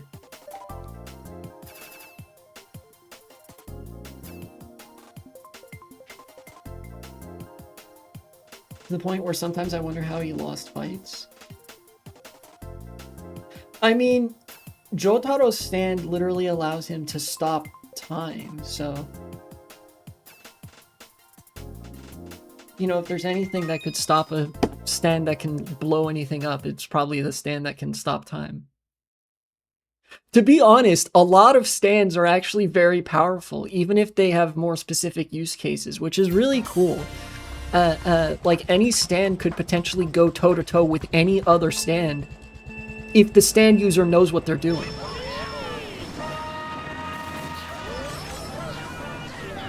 Even if one is clearly at, like, a disadvantage because it can't do as many things. I'm just gonna throw this. Hopefully that gets rid of that guy's green shell. Nope. Oh, well, he got starred, so it's all good.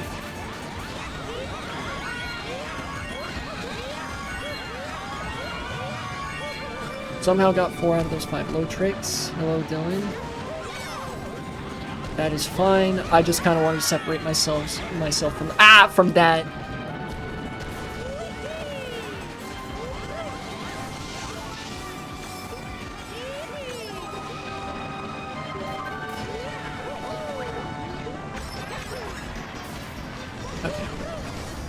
I'm just gonna chuck this.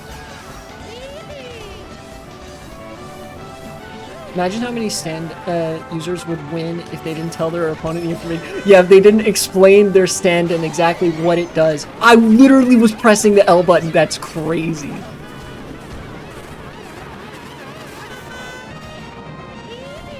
Yeah, if they didn't fucking exposition dump their opponent on exactly what their stand does, and then just say, this stand has no weaknesses, you know? Fucking insert stand here has no weaknesses. Gotta be one of the funniest things in JoJo's.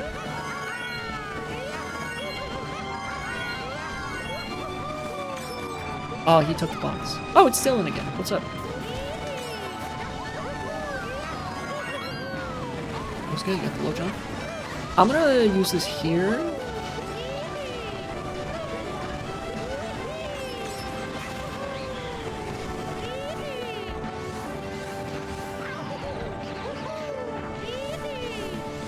Why don't they just tell? Yeah, nobody's discovered the secret of lying to your opponent about what stands do, apparently. Although JoJo's is like a... I don't know if it's necessarily a shonen, but it's not like...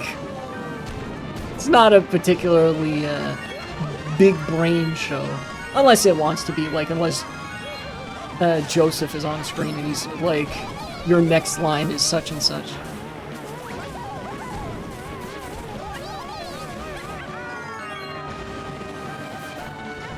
In third right now? It's pretty good. Oh, clever banana placement. I'm holding on to this red shell for this exact moment. Okay, well. That guy was wheeling and hopping. It looked really funny. You know in Pokemon Emerald when you get the acro bike and you can hop on the bike? And it looks super funny. That, from my perspective, that's what it looked like that guy was doing.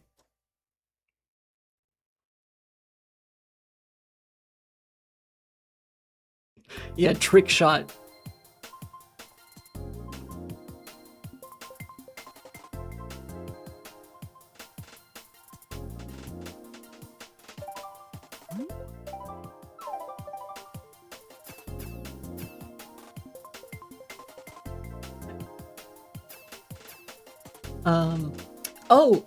Another thing that's politically relevant that I wanted to talk about is it really does seem like the Minneapolis protests are the next big like wave of protests. You know, in more so than No Kings, which has been revealed to be totally dickless.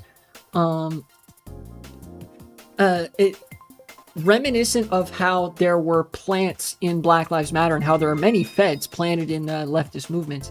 Recently, people got on footage in Minneapolis.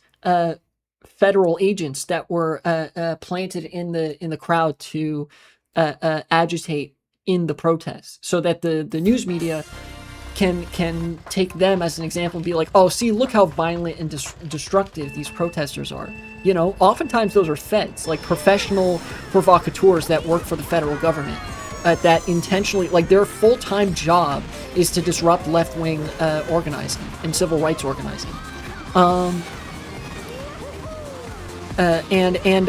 One such person was like revealed at one of these Minneapolis protests where they like you know, they were saying like, yeah, why did you do such and such? I think it was like one of the guys that like burned an American flag or something. Protesters don't typically do that, as you know, as a matter of good optics and also just a matter of sentiment. A lot of people care very deeply about this country. So this, like, they caught up to this one fed, and there was his partner was there, like his partner in crime, I guess you could say. A lot of these federal agents operate in pairs, where there will often be one person to disrupt the goings-on of a particular organizing group, and then another one to basically cover for them, to say like, no, he's legit whenever they are accused of something, you know. And like there was one guy saying like, no, he's legit, he's with us, right? Like he's part of the protest or whatever. And then like, not, but 1 minute later, an ICE van rolls up, and like some ICE agents come out of the car, walk directly up to that guy who was like suspected of being a Fed, and said, "Yo, are you all right? Like, are you good?" And he was like, "Yeah, I'm good." And then they just walk to the van nonchalantly and get in. And like, it's not super common that we get footage of this, like such unambiguous footage of this happening, because a lot of times these federal agents are trained well enough to just not say anything when they're challenged. So they maintain at least the veil of secrecy enough that you can't really determine which part of the federal government they're working for. But this particular guy, like, it didn't matter in that instance. Let me see if I can even, I want to find that video.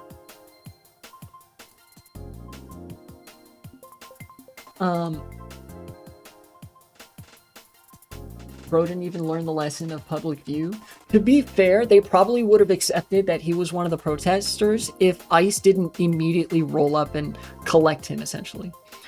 Oh yeah, I was gonna say, it's not super common to get footage of that just outright, but it has been happening for a very long time. Like, it is a known quantity and has been standard for a very long time that federal agencies have plants in various left-wing organizing groups and protest movements to disrupt their activities and to try to inhibit them from achieving their goals.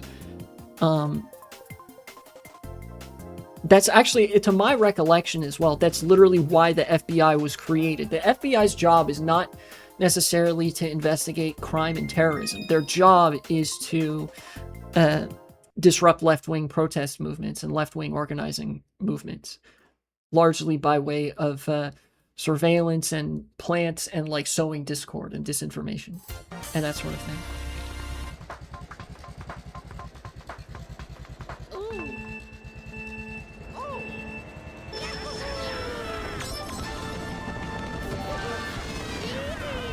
Okay. Oh, somebody's on the wild thing? That's kind of nuts. I have to stand still mini turbo here because I got the worst wheelie bump that I've ever gotten, probably. Why are there all those gaps in the roads? Hello? Okay. Oh, is that a shortcut? That might be a shortcut. It's a little bit late to find out now, but nonetheless.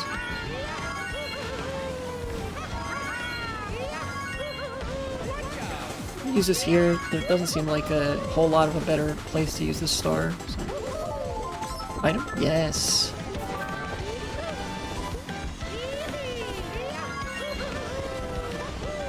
Maybe use this here, I think? Just to catch up a little bit. This seems like it'd be a pretty good front-running track, so I want to be relatively near the front.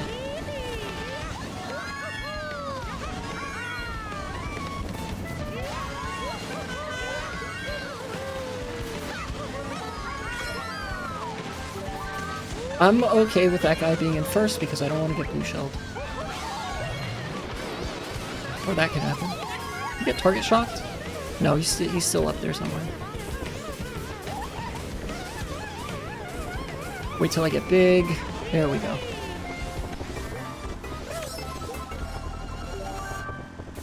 Mushroom. Probably put some space between me and third place.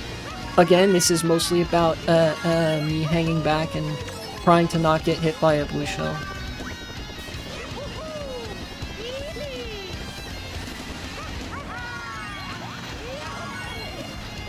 Okay, and that is exactly what I meant to avoid. So I am going to take first place for myself. Yay!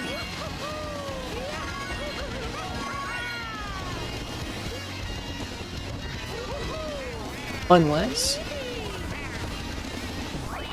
No, I got first. Okay. Very good. Very nice.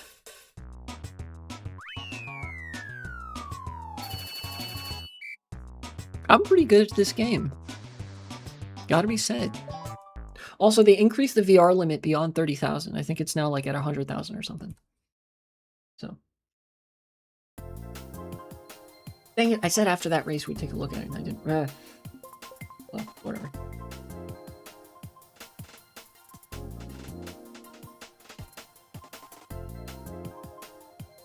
Maybe we can finish off with that. This will be the last race, and then we can look at that video of feds at a protest.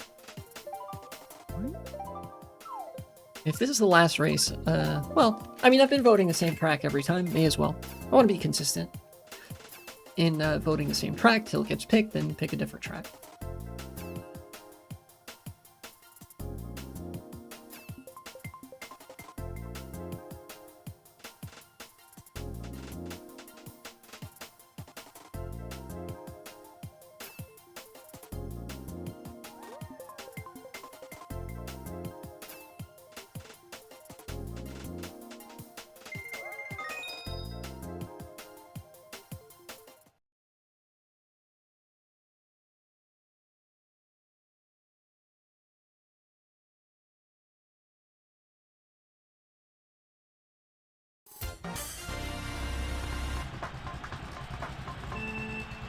Oh, Luigi Raceway again. This track is fun. It's, you know, it's actually like, I'm kind of surprised that they made a version of Luigi Raceway that was this fun.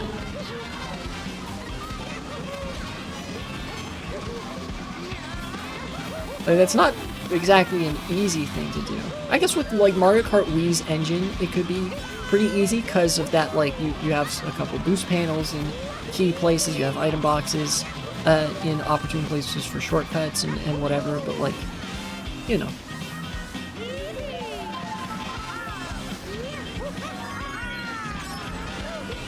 I'm just gonna use these here because we're still in the kind of like early phase of the race. A shock hasn't happened yet, so I'm essentially banking on there being a shock, and then like me probably falling behind several positions, then putting some together for lap 3, I suppose, something like that. The guy on the wild lane's kind of going crazy with it.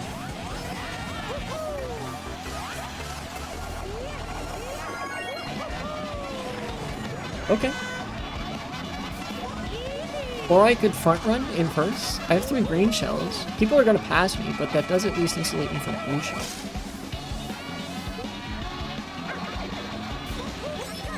Got somebody. Got somebody else.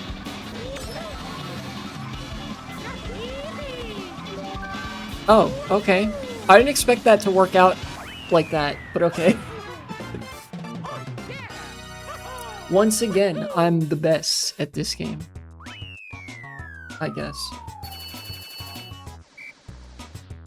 Let's quit the game. Here we go. Good last race. Because I won the race, of course, and y'all are trash. What is this rank thing?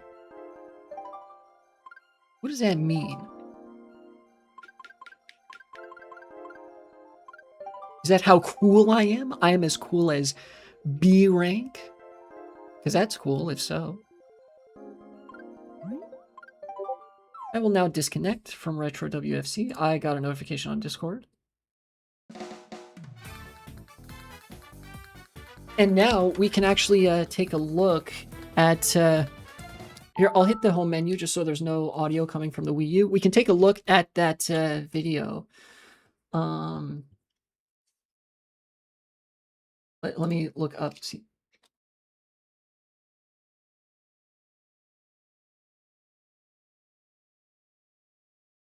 Yeah, here we go. Here we go. Okay. I'm going to like and retweet this because it's good reporting.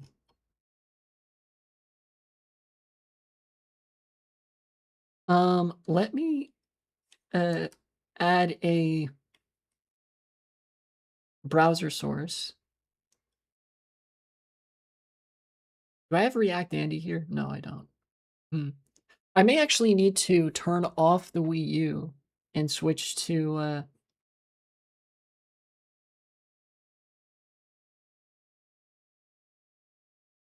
my desktop just to talk about this one thing. Extend displays. Hopefully I didn't freeze up too severely there. Though I'm aware it very well could have happened. It's been known to happen. That sort of thing does happen. Okay. So now that I've got my setup where I want it to be for this sort of thing.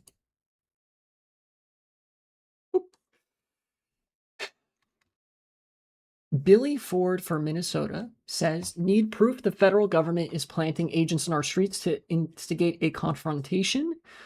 Confrontation, I don't know why I pronounced it like that. Here you go. Moments ago from BG on the scenes coverage in Minneapolis. Brendan Guttenschwager. Okay. On the scene documenting history. Very cool. Thank you. Let's have a look. Oh, that's quite loud. -20. That should be good.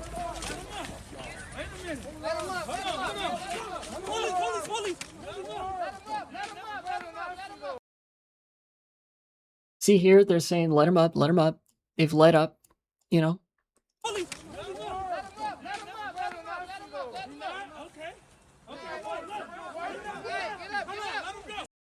See, he's and now he's like just laying there. He could be getting up. I don't know how badly. I don't think he's actually hurt, but you know, he's definitely hamming it up because that sells the narrative.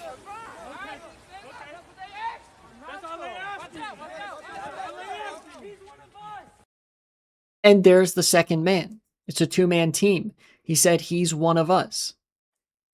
I guess in that respect, he's correct. But the one of us in this instance is feds. So you have this guy who was the instigator, the actual person that's supposed to go and start shit. And then the guy who's shouting, he's one of us, is the guy that's part of the team that's supposed to basically occupy this role. When they start some shit, they say, no, he's one of us. You all right, dude? You all right? He's one of us. How do we know? How we know? Yep. And people are saying, how do we know? Why you get ran out earlier? I don't know. He's one of us. I'm with them. Trust me.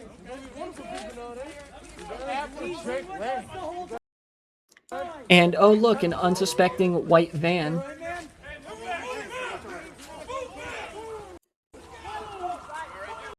And he keeps his cover, and his cover is blown.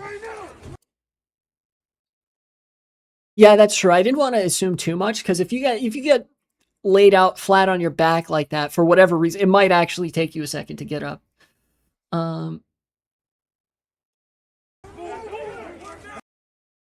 And see here, ICE pulls up. Back up. And Yeah, save your Nazi. Put him in your Nazi van. Go get him some help. He needs a little bit of fucking mental health there. Don't he? Nobody got guns. Yeah, you gonna look me in the eye when you spray me? You gonna look me in the eye? there you go. Shout outs to the cameraman being based. You know, rescue your little Nazi, put him in the Nazi van. This is actually a historically exemplary video of this happening. Direct video documentation of a two-man Fed team that was sent to infiltrate a left-wing protest. And how do we know they're feds? The feds came and just picked them up. No hassle, no like shoving to the ground, no cuffing, no nothing. And the new thing is just that we have video of it now. It's been happening for a long time, and it's actually really nice to see that the crowd was actually pretty aware that this was a thing that could be happening. That like, hey, you might be the fucking feds infiltrating the protest, right? I believe that was the guy that burned an American flag and then just walked away. Spy from TF2 is in fact real. That's true. There's the spy has already breached our defenses.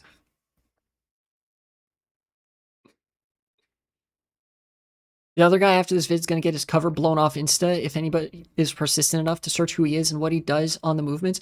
That's true, but it's kind of difficult to say because you kind of see his face here, this guy. But I don't know who this guy is.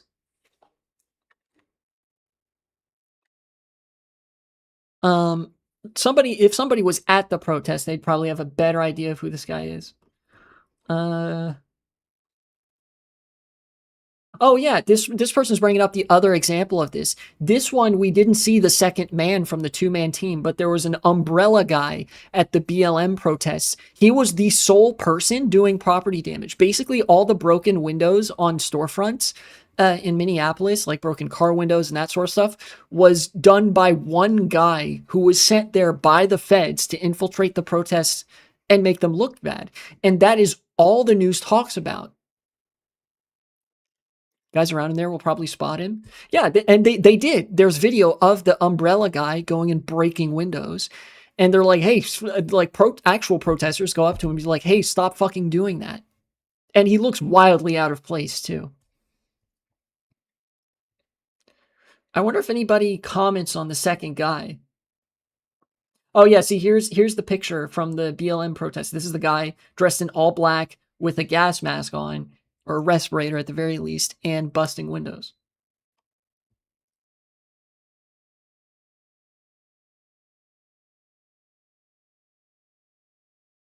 So, okay, people are addressing the who's one of us, but like in my opinion,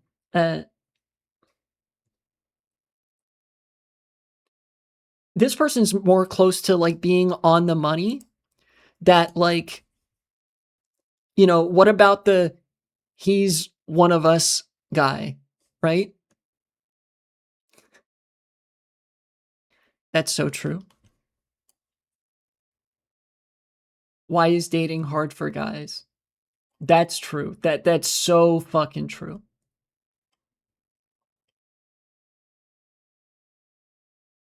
People should take notes from this. Also, okay, as much as this is the punchline of a joke, this is a real social force that will contribute to the normalization of hating the far right again, of like being anti the far right and being on the left, which is that all these fucking guys, Trump, Vance, Tesla, Thin Blue Line, Nazi, Confederates, whatever, they're all basically the same and they're all completely unfuckable, dysfunctional losers. You know?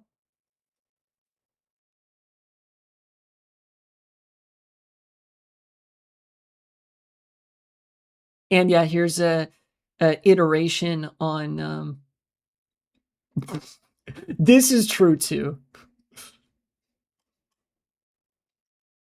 This one's true. And so is this one.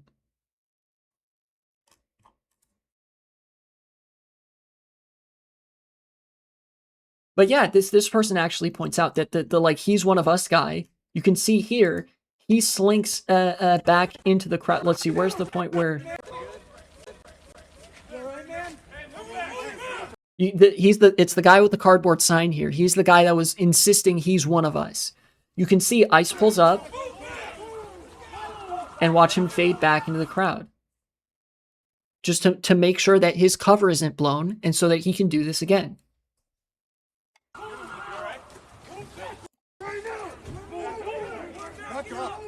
Like actual dyed-in-the-wool federal agents. I do wonder, like, again, I'm kind of looking here to see if anybody knows much about the other guy who was saying he's one of us.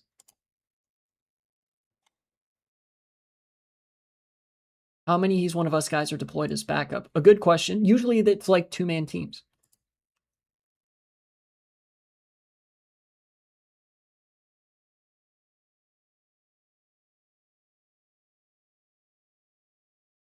Sheriff Department.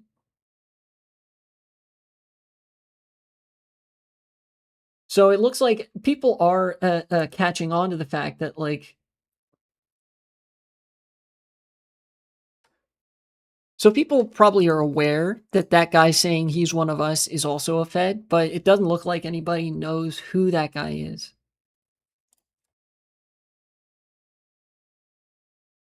Yeah.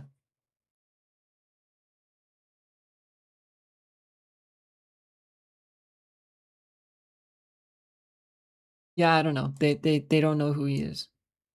I wouldn't know where to start looking for that guy.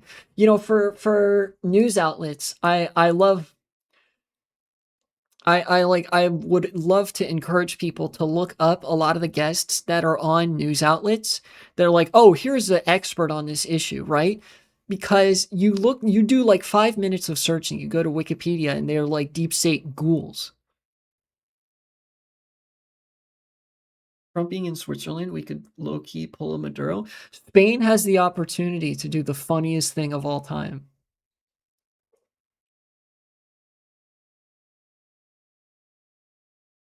Anyways, it was a good stream for mostly Mario Kart stuff, talk some politics, did some political analysis. I'm very happy to talk about like any topics of political interest that come up. It's just a matter of me being able to think of them, remember them, or people in chat suggesting them, and because I really do like talking about this stuff. But with that said, I'm gonna go raid somebody. Given that I played Mario Kart Wii this time, this was Mario Kart Wii stream. I might stream Cody Schwab. Yeah. Yeah, because usually I think what I want to do is like if there's something news related to comment on, I kind of want to break up the stream in the middle to talk about it and then finish off the stream with like Mario Kart and stuff. So let's raid Cody Schwab. This is #1 rank Melee player for 2023 and I believe 2024 as well. Really, really good at the game. Goes back and forth with Zane. They trade sets. Has like a winning record on basically everybody else except like has a winning record against every top player except Zane and Mango, I'm pretty sure. He's good at the game, very intelligent, great player to watch and listen to if you want to learn about the game. Honestly, so enjoy.